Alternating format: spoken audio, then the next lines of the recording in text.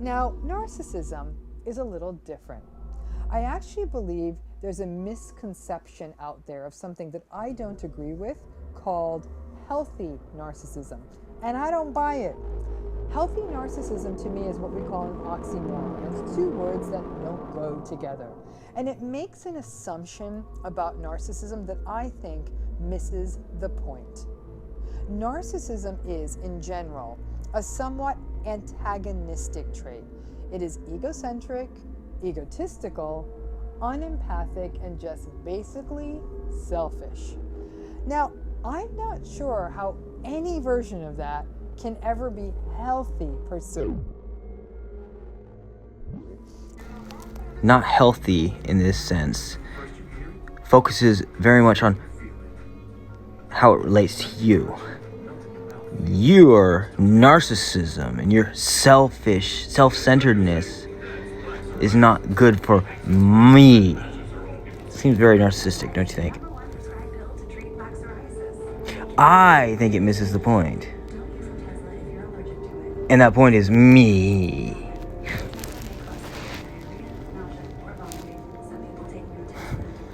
Self-centeredness is the natural state of being. If you're not centered on yourself, then you should not be alive. Everybody is just self-centered, then we don't have to have altruism. Well, empathy is stupid too. Also, by the way, it's a holdover from our animal nature. You know, they're very instinctually driven. So they can't conceptualize their concept of self. It's more of just an urge. They're urgic creatures. So because of that, empathy is also an urge. It's an urge. It's when you can't conceptualize that someone else's pain, so you have to feel it. That's a holdover from animal instincts, from our animal nature. It's stupid. We've grown beyond that. We can conceptualize. We don't need empathy. We need sympathy. You ever heard of a sympath? Yeah, most people haven't, because these dumbasses, they don't want to get rid of they don't want to take empathy off of its pedestal of grandiosity, because they can't move past the fact that they were a victim. Guess what? Everybody was a victim. Who you are today is not who you were yesterday. You are not a victim because you were a victim yesterday.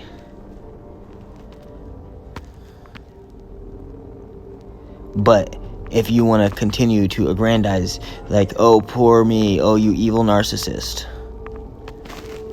then yes, you're still a victim. You didn't learn anything.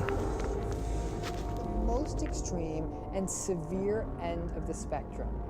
Narcissism is dangerous, difficult, toxic, painful, and unsettling.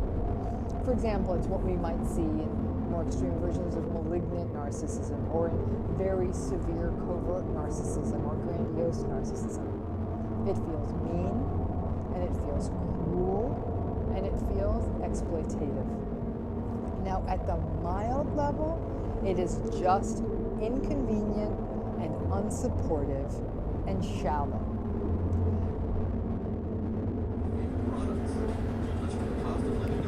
A selfless self is a self that can't see itself, therefore relies on the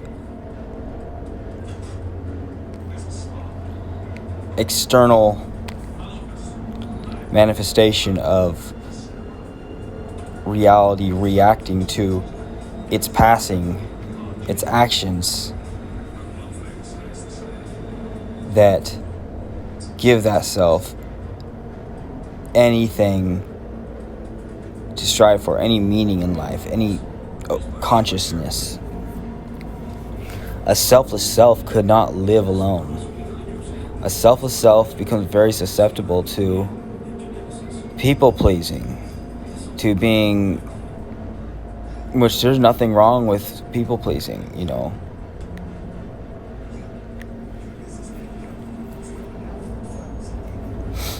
But antagonistic world. We are a contrary species. From the very initial condition of our being, we were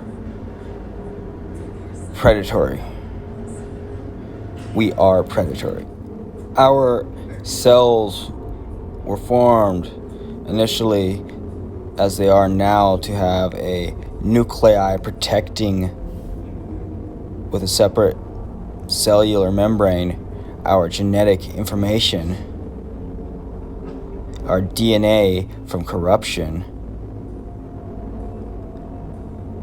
by the very act of one cell consuming, in a predatory act, another cell. Now, what prompted the thereafter symbiosis, or endosymbiosis as they have called it, is only a matter of conjecture, but the most obvious thing is that it seems like this nuclei, the cell that was consumed, was just very undigestible, and all our thoughts come from our nuclei. The cell, the collective sense of need, want, satisfaction comes from our collective signal that our nucleic cells send up through our nervous system, to our processor, experiential processor, right here, and tell us, hey, hungry, food, horny, need sex.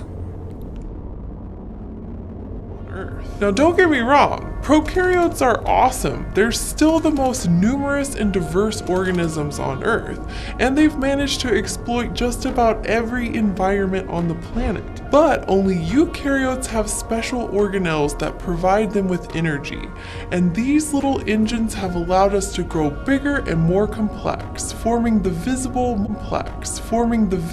multicellular life that we know today. Usually we look to the fossil record to understand the story of our origins, but maybe the most important story of all is fossilized within our own cells, and the cells of everyone you've ever met and every living thing you've ever seen.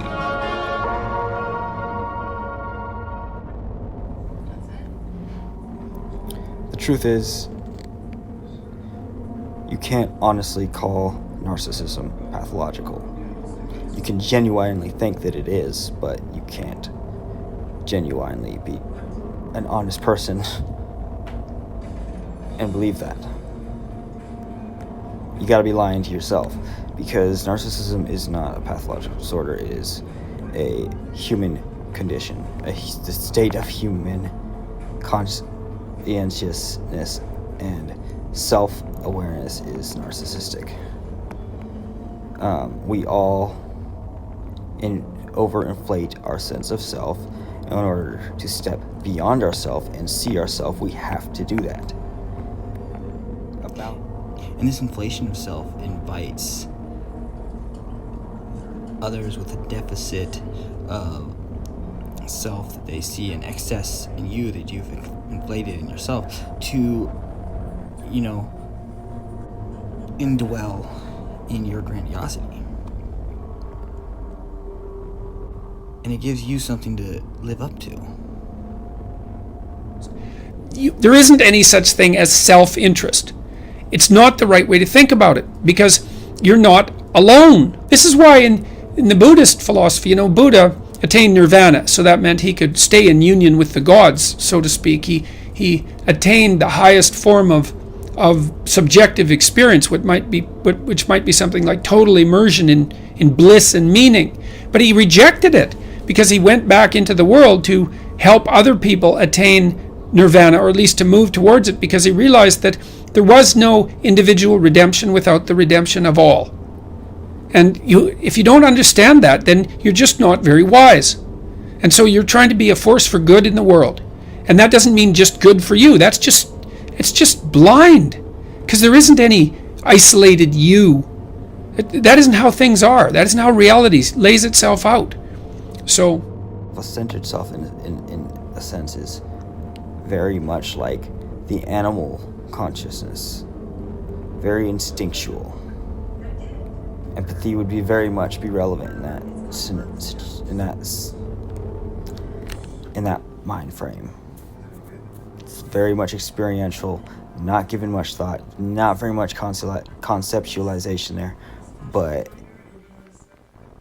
can it be judged? No.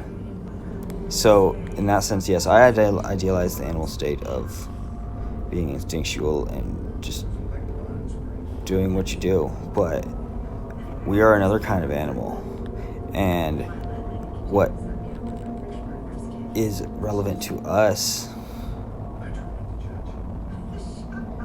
is that we as humans should instinctually conceptualize, instinctually use our common sense and build on our ability to pattern, because we're the stewards of this great earth, and making patterns in the fucking hedge is what we're good at.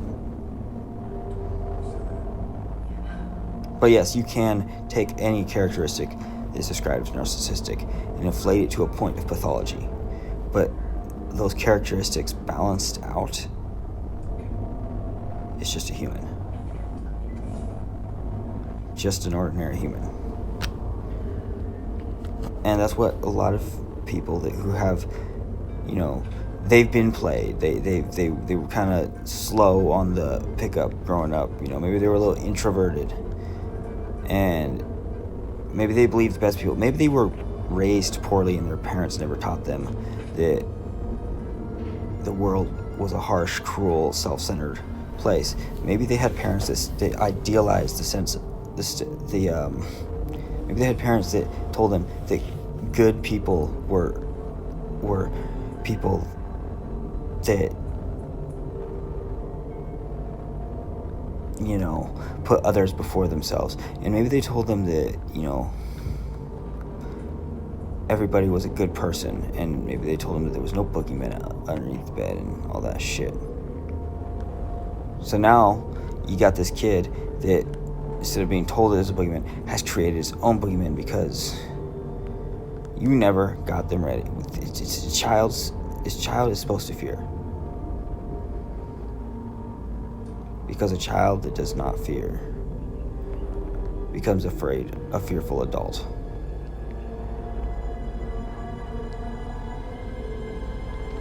That is afraid of adults. A child should not fear a child. A child should fear a man. Adults should not fear men. Adults should fear gods.